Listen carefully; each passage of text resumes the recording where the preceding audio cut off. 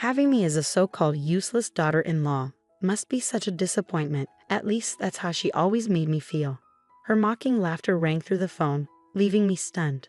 The arrogance in her voice and her blatant disregard for me ignited a surge of anger. She had always treated me like I was nothing, but this time, her cruelty went too far. As the rest area faded into the distance, I realized I was completely alone. Moments ago, I had been with my family, but now they had abandoned me. Confusion and fear swept over me, yet her cold, cutting words echoed in my mind. You who just sit around the house don't deserve to stay at a hotel. My chest tightened. Despite all my hard work, she never acknowledged my efforts. I ran an inn with dedication and managed every detail to perfection. Yet she clung to her narrative, intent on destroying my self-worth. On her end of the call, I could hear relatives laughing, their mockery amplifying my isolation. Her influence had turned the entire family against me. Even my husband refused to defend me. Anger and sadness churned inside me. The humiliation, the dismissal of my contributions, and now this outright betrayal. It was too much. Her sneering face and contemptuous eyes filled my mind. Her obsession with pushing me away felt suffocating. Something inside me snapped. A decision crystallized in my mind. No more. I drew a deep breath and held my phone tightly, my fingers trembling, not with fear, but with the raw power of long-suppressed rage. My heart raced, fueled by a newfound determination. "Hello," I said, dialing with shaky fingers. My voice was calm, steady, yet brimming with resolve. "I have a favor to ask." This was the beginning of reclaiming my life. It was also the first step toward an unexpected revenge. My name is Maya Smith, age 40. I'm a manager at a large corporation. I met my husband, Tom, in our late 30s. After dating for 6 months, we decided to marry. In the beginning, he was attentive and kind, but over time, he grew indifferent. Now, our conversations are minimal, and he barely notices my presence. Still, I accepted it, convincing myself this was just the way things were. One evening, as I cleaned up after dinner, Tom spoke to me unexpectedly. "Hey, Maya, I need to talk to you." "Oh, what's up?" I replied, smiling, pleased he was addressing me directly for once. "My family is planning a trip, about 20 relatives. They want me to handle the hotel reservations and organize the itinerary." "Really? That sounds like a big task." "Well, I'm busy with work, and you've got more days off than I do. So you take care of it. Find a cheap place, since I'm paying for everything. If you're coming, pitch in too." I wanted to point out that I worked hard and upheld my responsibilities just as much as he did, even if I had slightly more flexibility. But I bit my tongue. For once, he was asking for my help, and I wanted to oblige. Spending time with his family wasn't exactly enticing, but this was for him. "Okay," I said. "I'll handle everything." "Thanks. Just pick a place that won't embarrass us in front of my family." With that, he lay back on the couch, scrolling through his phone. After finishing the cleanup, I retreated to the bedroom and made a call to a familiar contact. "Hi, it's me. I need a favor," I said, my voice calm yet purposeful. A few days later, Tom's parents arrived at our apartment. When I had shared the travel plans with Tom, he insisted we invite them over to go through the details in person. As they stepped inside, Tom's mother, Elaine, made a beeline for my kitchen cabinets and began rummaging through them without hesitation. "Maya, are you seriously eating gourmet instant curry from a hotel? How indulgent. You should be cooking for Tom instead of living off things like this," she remarked with mock disapproval, pulling out a few packets. Without asking, she casually dropped them into her bag. This was nothing new. Every time Elaine visited, she treated my kitchen like her personal shopping aisle, helping herself to groceries, canned goods, and even decorative items. Once, she took a set of dishes without a word. Her justification was always the same. "Anything in my son's house is fair game. What's wrong with me taking it?" After that, I started hiding my favorite items before their visits. Tom's father, Rick, stood idly by, laughing as Elaine continued her spree. Once she was done shopping, she finally sat down. Timing it perfectly, I presented the hotel details. "Here's where we'll be staying," I said, pulling up the website for the luxury hotel I had booked. I handed them my phone to show off the sleek images of the newly opened property. Elaine glanced at it, her lips curling into a dismissive scoff. "Well, aren't you getting above your station? How are you affording this?" Fortunately, I managed to negotiate a group discount under Tom's name. I replied evenly. I thought you were useless, but I guess you can handle something like this, she said, her tone haughty. Her words stung, but I didn't let it show. What Elaine didn't know, and what I hadn't shared, was the truth about the hotel. It was part of my own business. My family had operated a modest inn for years, but after it gained media attention, bookings skyrocketed. With the surge in demand, especially from international tourists, we expanded into high-end hospitality. I had been managing the new luxury property ever since. Tom knew my family owned a business, but he had no idea I was running such a prestigious hotel. I had kept it a secret, fearing it would create tension. Tom had once complained about my income surpassing his, so I downplayed my career whenever it came up. Over time, I resolved not to share the full extent of my success with him or his parents. I'm sure you'll love it, I said with a polite smile. The place is beautiful and the hospitality is exceptional. Elaine gave me a skeptical look. We'll see. I'll keep my expectations low. Then, without missing a beat, she added, since we're here, let's do some shopping. And we should grab dinner at a nice restaurant too. She completely ignored my offer to cook a meal and left shortly after. The day of the trip finally arrived. Tom, his parents, and I set off in his car, planning to meet the rest of the family at the hotel. Elaine, seated in the back, couldn't resist her usual jabs. Tom, isn't it time you replaced this old car? You shouldn't be driving around in something so shabby. Tom sighed, keeping his eyes on the road. I'd love to, but it's not in the budget. I glanced at him, feeling a pang of sympathy. This trip was already expensive, and I knew how much pressure he was under to impress his family. Oh, I'll pay for it. I can't stand the idea of my son driving around in such a junker, Elaine said with a dramatic sigh from the backseat. Really? Thanks, Mom. Tom replied, brightening immediately. Of course. We'll go to the dealership together next week and pick out something more impressive.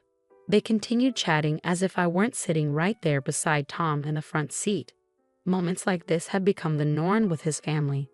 But that didn't make it hurt any less. You know, Elaine mused, her tone turning sharp, if only there were grandkids along for this trip. But I guess at this point, it's too late to hope for that. Well, that's what happens when you marry a woman who's already past her prime. Mom, Dad, can you not? Tom muttered, but he didn't press further, letting their cruel comments hang in the air. I kept quiet, staring out the window, regretting ever agreeing to come along. After a long silence, I finally spoke up softly. Tom, I need to use the restroom. Can we stop at the next service area?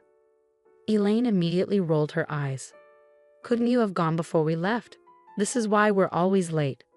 I'm sorry, I'll be quick, I assured her. Tom pulled into the next service area, and I hurried inside. The line for the women's restroom was long, and I nervously glanced at my watch, worried about holding everyone up. After 10 minutes, I finally emerged, only to find the parking space where Tom's car had been now empty. Confused, I looked around, wondering if I had somehow missed them. I called Tom, but he didn't answer. Slowly, the realization sank in. After a few more failed attempts to reach him, I tried Elaine instead. She answered immediately. Oh, hello, Maya. Something wrong? I'm still at the service area, I said, trying to keep my voice steady. Did something happen? Oh, we're already at the hotel, she replied, her tone dripping with disdain. Trips like these are for family, you know. You're just an outsider tagging along. Her words hit like a punch to the gut. Elaine, you're already spoiled with what my son provides without working or contributing. You can sit this one out, she cut me off, her mocking laughter ringing through the line. In the background, I could hear other family members laughing too. Then, without waiting for a response, she hung up. I stood there stunned. The weight of her words settled over me as I fought against the despair creeping in. I had worked tirelessly to organize this trip, putting my own responsibilities on hold, only to be abandoned like this. But feeling sorry for myself wouldn't solve anything. I faced worse as a hotel manager, handling crises with composure. Drawing on that strength, I took a deep breath and called the hotel. Hello, this is Maya. I have a reservation under Smith. Could you confirm it, please? After ensuring everything was in order, I made another call. Hi, it's Maya, I said to my assistant at the main office. I'm stranded at a service area and need a ride to the hotel. Of course, Ms. Smith. I'll send a car right away, she replied. Relieved, I hung up. Soon, I'd be back on track. Meanwhile, in the car, Elaine gloated to Tom. That woman's never been a good fit for you. She's too old for kids and not exactly a catch. Mom, enough, Tom said, though his voice lacked conviction. I'm just saying, you deserve someone who's actually a family person, she continued. Tom sat in silence, torn but unable to find the courage to defend me. Later, at the hotel, Tom and his family settled into their luxurious rooms, enjoying the evening as if nothing had happened. They gathered in the dining area for an elaborate meal. Tom really went all out with this place, Rick said, looking around in approval. This hotel is famous nationwide. I hope it didn't cost too much. Well, Maya handled the arrangements, Tom admitted, trying to sound casual. I'm covering it, of course. That's what a good husband does. Tom's unease was evident, but he tried to push it aside and enjoy the moment. The next morning, as the family prepared to check out, they assumed all charges were already covered. But as they gathered in the lobby, the hotel manager approached them. Excuse me, here's your final bill, he said, handing Tom a detailed statement. Tom frowned as he glanced at the total. His eyes widened.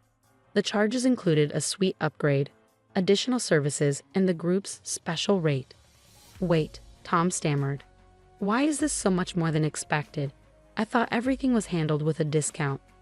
I apologize, sir, the manager said with polite firmness, but the discounted rate was only available if the owner was present.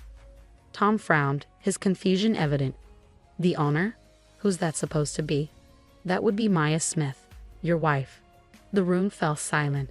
Tom's face paled and a hush settled over the family. Elaine clutched her purse tightly, as though holding onto it could somehow make the charges vanish.